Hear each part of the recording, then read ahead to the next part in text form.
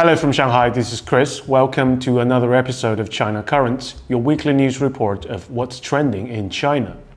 The top trending news in this week is undoubtedly the election in Taiwan and its aftermath. Taiwan's leadership and legislature election were held on January 13th. Candidates of the Democratic Progressive Party, Lai Ching-te and his running mate Xiao Bi-kim, won the leadership election. In the election of the island's 113 seats legislature, the Chinese Kuomintang Party garnered 52 seats, the DPP won 51 seats, and the Taiwan People's Party seized 8 seats. After election, a Chinese Foreign Ministry spokesperson made remarks on the result of the election in the Taiwan region. The spokesperson said that whatever changes take place in Taiwan, the basic fact that there is only one China in the world and Taiwan is part of China will not change. Chen Binghua, spokesperson for the State Council Taiwan Affairs Office, said the result revealed that the Democratic Progressive Party cannot represent the mainstream public opinion on the island. The U.S. State Department has issued a statement on the election in China's Taiwan region. Chinese Foreign Ministry spokesperson claimed that the statement seriously violates the One China principle and the Three China-U.S. joint communiques. The Taiwan question is at the very core of China's core interests and the first red line. The One China principle is a basic norm in international relations, prevailing consensus among the international community. Just 2 days after election, on January 15th, the Republic of Nauru announced that it will cut the so-called diplomatic ties with the Taiwan authorities and re-establish diplomatic relations with China as a recognition of the One China principle, after the ties between the two countries were severed in 2003. The move was soon appreciated and welcomed by China's Foreign Ministry. The decision demonstrates that the One China principle is the common aspiration, said a spokesperson of the ministry. Nauru is an Oceanian island country with an area of only 21 square kilometers and a population of approximately 10,000 residents, making it the third smallest country in the world.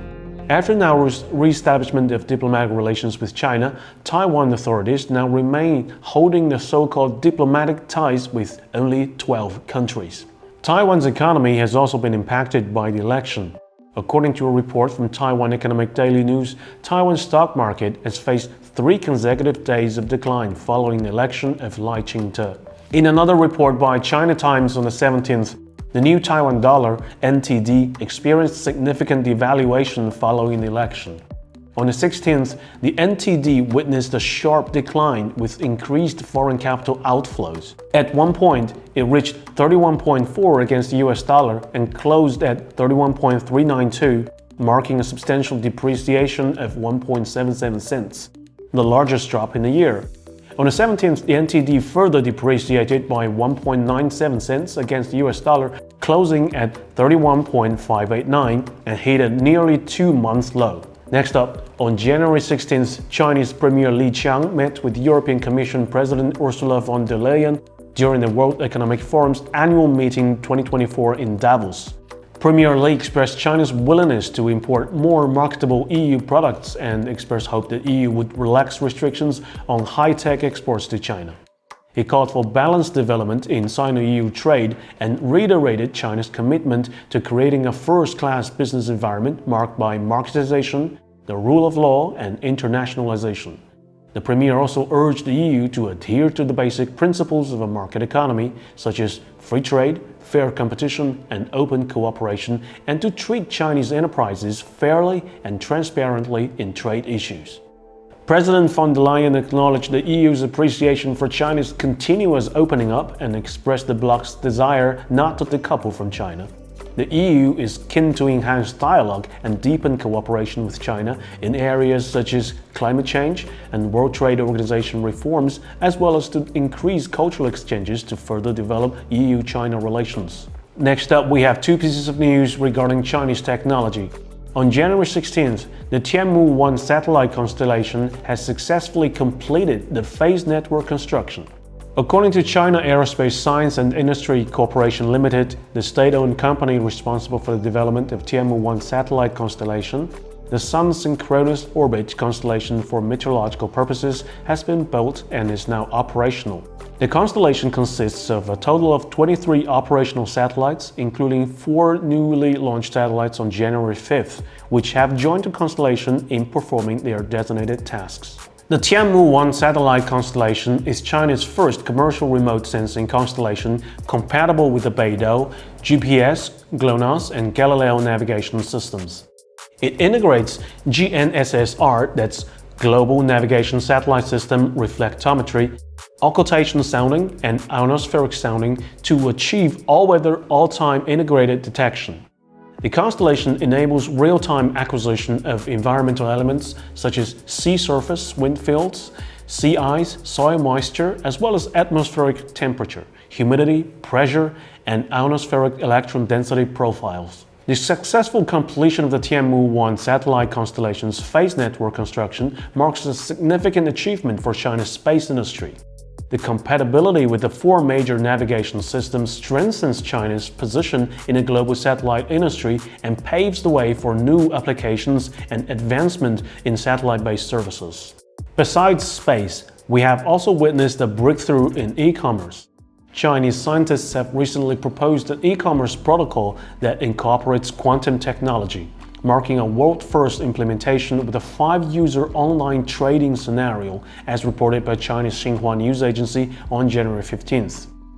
The research team from Nanjing University and Renmin University of China developed a new quantum digital signature that encrypts the trading protocol, ensuring transaction integrity, authenticity, and non-repudiation. The study was published on Saturday in Science Advances, a subjournal of Science. With advancement in quantum computing, the classical encryption algorithms currently used in e-commerce are increasingly vulnerable to hacking due to exponential increases in computing power. As a result, researchers have been exploring the use of quantum entanglement, which involves distributing unhackable quantum states among multiple parties as a means to protect against identity theft and payment fraud. The development by the Chinese research team contributes to enhancing the e-commerce security in the upcoming quantum era, said Yinghua Lei, an associate professor from Renmin University of China. Next up, TikTok.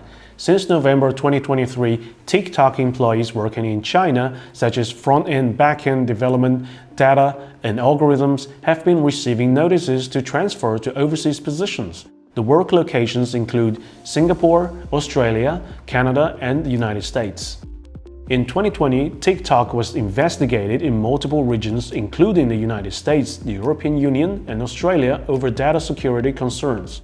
To address these risks, TikTok began establishing data centers in Europe, the United States, and other locations from 2020 and subjected itself to local regulations. Currently, compliance is the primary issue faced by companies going global. According to data from the app analytics agency Data AI, TikTok's global monthly active users are close to 1 billion. In the United States alone, TikTok's monthly active users have exceeded 150 million, which is nearly 45% of the total population. In terms of revenue, ByteDance's second quarter revenue grew by more than 40% to $29 billion, with nearly 20% of the ByteDance total revenue coming from overseas markets. From this, it can be estimated that this year's overseas market revenue is likely to exceed $20 billion, with a growth rate of more than 50%, and most of this income is contributed by TikTok. Next up, on January 16th, a group of Huazhong Agricultural University students jointly accused their academic supervisor, a professor surnamed Huang, of engaging in research fraud. In response, the university swiftly established an investigation team and launched an official inquiry on the same day. The comprehensive 125-page report presented detailed evidence of academic misconduct by Professor Huang, including data manipulation in scientific experiments and allegations of withholding student remuneration. The document was signed by 11 postgraduate students under the professor's tutelage. The expose immediately garnered significant attention on Zhihu, a Quora-like question-and-answer platform. A whistleblower claimed her initial motivation for pursuing a master's degree was to contribute her professional knowledge to the country's agricultural development, which makes her unable to remain silent on their supervisor's academic misconduct.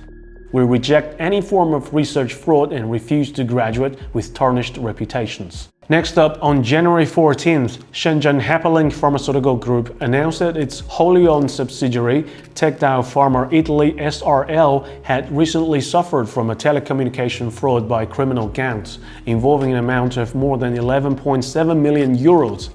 After the occurrence of this case, the company reported the case to local police at the first time, and they have commenced criminal investigation into the matter. On January 15th, Hepalink fell more than 6% intraday.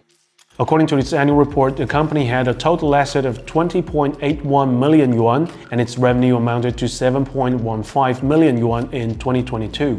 According to the official website, Hepalink was founded in Shenzhen in 1998, listed on Shenzhen Stock Exchange in 2010, and listed on the main board of the Hong Kong Stock Exchange in 2020, with its main business covering an entire heparin industry chain, biomacromolecule CDMO, and investment, development, and commercialization of innovative medicines.